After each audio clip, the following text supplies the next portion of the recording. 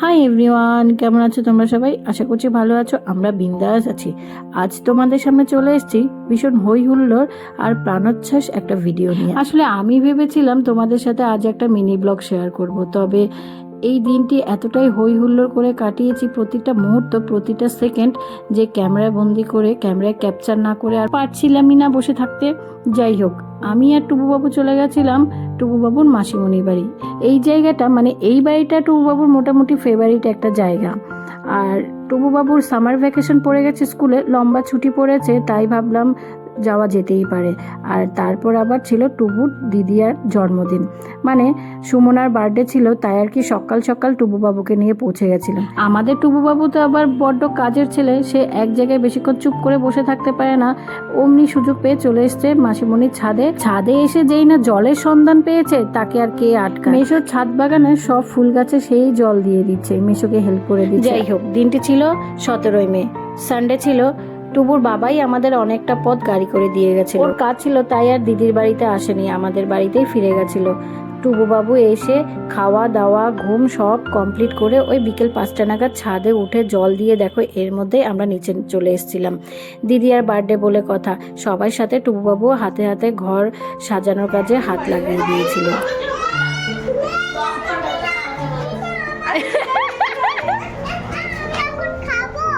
না না, এখন বার্থডে কেক কাটা হবে। কে শোনে কার কথা? সে এখন মাসিমণির বাড়িতে এসছে, ডোন্ট কেয়ার। দিদিয়াকে সবাই গিফট করছে, চকলেট যা কিছু সব কিছু নাকি তার। আজকে নাকি টুবুবাবুর বার্থডে, বোঝো। বার্থডের কথা শুনলেই হলো, টুবুবাবুর আনন্দের সীমা থাকে না। আর যখন থেকে শুনেছে দিদিয়ার বার্থডে হবে, মাসিমণির বাড়িতে যাব, তখন থেকেই যে টুবুবাবু কি এক্সাইটেড। আগের দিন রাতেই তাকে বলা হয়েছিল দিদিয়ার বার্থডে হবে, আমরা তাই মাসিমণির বাড়িতে যাব। রাত থেকে তার আর ঘুম হচ্ছিল না। সকাল সকাল ঘুম থেকে উঠে বলছে, মা চলো আমরা দিদির বাড়িতে যাব, দিদিয়ার বার্থডেতে যাব। সে যে কতটা আনন্দিত হয়েছে দিদিয়ার বার্থডেতে যেতে পেরে, সেটা দেখেই বুঝতে পারছে ওকে। এদিকে বার্থডে রুম তো ডেকোরেশন মোটামুটি কমপ্লিট। আর এই হলো আমাদের বার্থডে গার্ল, সে নিজেই এখনো বার্থডে রুম ডেকোরেশনে বিজি রয়েছে। এইটুকু পড়ে যাবে বাবা। হ্যাঁ, কিভাবে লাগাবে ভালো করে? কিভাবে লাগাবে মেশোকে? আচ্ছা, পাউডারের পরে কি দিতে হবে? 2 মধ্যে লাগবে, আবার শরীরে লাগে না তো। ও আচ্ছা, এই মুখে লেগে গেছে, এবার ফ্যান দিয়ে হাওয়া করে দেবে। এইটা ছিল টুবুবাবুর মেশো। সে নিজে তো সাজুগুজু করে রেডি হয়ে গেছে, এবার মেশোকেও সে নিজের হাতে সাজাতে ব্যস্ত হয়ে পড়েছিল। এখানে জনগণ সব রেডি। তার এই অবস্থায় কেক কাটতে আমরা দেব না। কেন? ঠিকই তো আছে, আবার কি সাজবো? আরে দাদাকে ডাকো তো, বড়টা লেগে আছে। তুই একটু লিপস্টিক পরে নে বৌদি, একটু লিপস্টিক পরে নাও। দেখি এখানে সাজার পার্টিতে কি হচ্ছে। এই যে সাজগোচ্ছ হয়েছে। আসলে কি বলতো, দিদিদের বাড়িতে তো বড় পরিবার, সবাই একই বাড়িতে থাকে, তো যে কোনো ছোটখাটো অনুষ্ঠানেই না সবাই একসাথে হই হুল্লোড় করে সেলিব্রেশন করে। যখনই সুযোগ পাই মোটামুটি আমিও এসে ওদের সাথে যোগ দিই, কারণ আমারও মন্দ লাগে না, বেশ লাগে এইসব অনুষ্ঠানে সামিল হতে। যাই হোক, সবাই তো রেডি হয়ে নিয়েছিল। এদিকে আমাদের আজকের বার্থডে গার্লের ফটো সেশন চলছিল। টুবুবাবু কিছুতেই তার দিদিয়াকে তার কাছ থেকে হাতছাড়া করছে না। দিদিয়া যেখানে সেও সেখানে। যেই না কেক কাটিং এর কথা শুনেছে, অমনি সে এসে হাজির, সে নাকি কেক কাটিং করবে। দিদিয়া কোনো রকম তাকে একটুখানি সাইড করেছিল না, তাকে বেশিক্ষণের জন্য দূরে সরিয়ে দিদিয়া রাখতে পারেনি। অমনি দিদিয়া কোলে চেপে বসেছে, ফটো সেশন চলছে।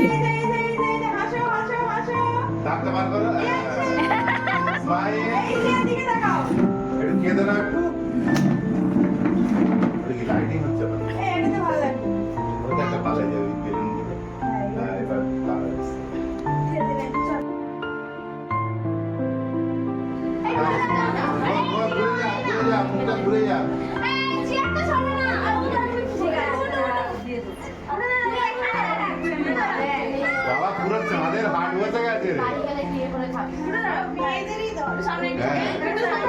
না, চাঁদের হাট বসেছে।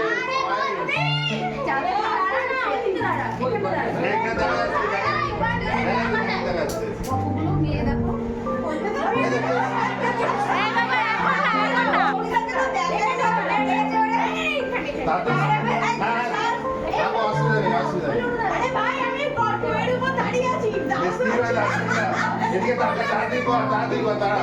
সেই কথাটা তো বড় থেকে আবার ছোট হয়ে যাচ্ছে এরকম দেখো সেটা ভালো উঠবে সব সিরিয়াল হয়ে দাঁড়িয়েছে কেন ওদের তো শুভ কই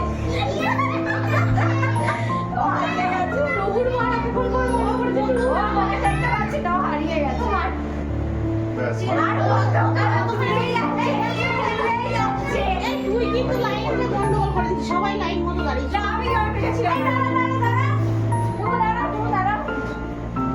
আর বলো না, আমাদের ফটো সেশনের পর্ব তো শেষই হচ্ছিল না, একের পর এক পর্ব চলছিল ফটো সেশনের। আসলে খুব দূর থেকে তো কেউ আসেনি, তাই খুব একটা তাড়া ছিল না। যদিও ওই আমার পিস্ত দাদা বৌদি আর তাদের ছেলেমেয়েরা এসেছিল, তবে ওদের বাড়িও দিদির বাড়ি থেকে খুব একটা দূরে ছিল না, কাছাকাছিই আছে, তাই আর কি ওরা একটু তাড়া করছিল। তবে ফটো সেশনের পর্ব মিটিয়ে দেন কেক কাটার পর্ব শুরু হয়েছিল। আরে দাঁড়াও, ফটো সেশনের পর্ব তো এখনো কমপ্লিটই হলো না। টুবুবাবুর সাথে দিদি আর ফটো সেশনের পর্ব চলছে, দেন কেক কাটিং এর পালা শুরু। আমাদের birthday girl birthday room decoration করেছে এত সুন্দর টুনি লাইট দিয়ে, আর আসল সময় মানে কেক কাটিং এর সময় সে টুনি লাইটই দেখা যাবে না, তাই লাইট অফ করে দেওয়া হয়েছিল। birthday to you. Big hand.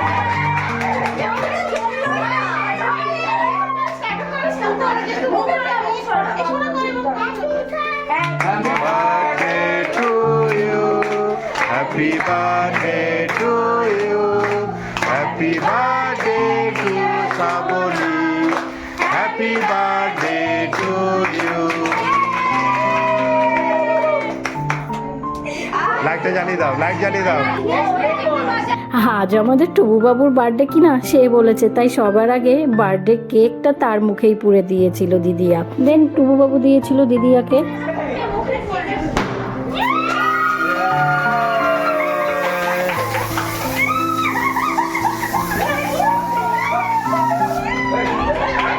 এইদিকে হয়নি তো, ওখানে ফাঁকা।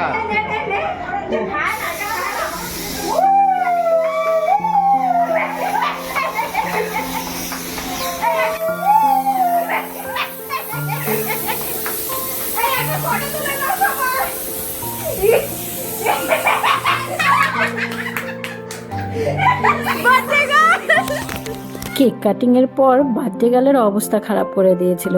যাই হোক, কি যে আনন্দ করেছিলাম সবাই একসাথে, সত্যি সেটা বলে বোঝানোর মতো নয়। এদিকে কেক তার সাথে পকোড়া সবাইকে সার্ভ করে দেওয়া হচ্ছিল। টুবুবাবু বুঝতেই পারছিল না সে কোন প্লেট নেবে। এই নিজের খুশি মতো পছন্দ করে একটা প্লেট বেছে নিয়ে বসেছিল। টেবিলে বসেছিল, তবে সেখানে ভালো লাগেনি, গিয়ে খাটে বসেছে। ওকে বসিয়ে দেন দিদির হাতে হাতে আমিও প্লেটগুলো সবাইকে সার্ভ করে দিচ্ছিলাম। ওদিকে একে অপরকে কেকের ক্রিম মাখাতে ব্যস্ত। আমি বাবা ওদিক থেকে আগে পালিয়ে এসেছি। স্ন্যাক্স খাওয়ার পর্ব মিটিয়ে মেয়ের দল এসে এই ঘরে ঢুকেছে। ওরা সারাক্ষণ ধরে এই সময়টার জন্যই ওয়েট করে যাচ্ছিল। এইবার শুরু হবে পার্টি ডান্স। টুবুবাবু ওয়েট করছিল দিদিয়াদের সাথে।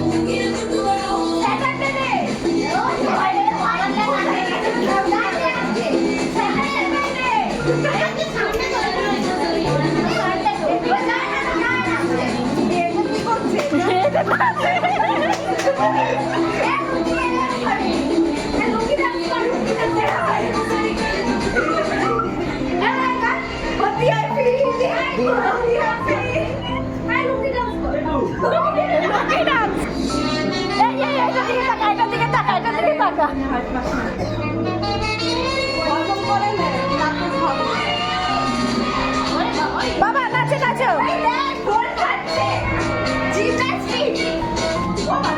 বাবা আমি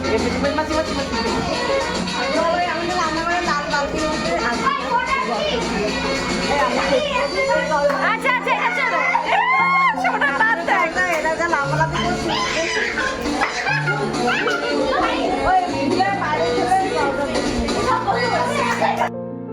ওদেরকে দেখে আনন্দে আমিও এতটা এক্সাইটেড হয়ে গেছিলাম, কিছুক্ষণের জন্য জানো তো আমাকেও ভূতে ধরেছিল। গরম আছে লেগে যাবে। একটু ভিডিও করতে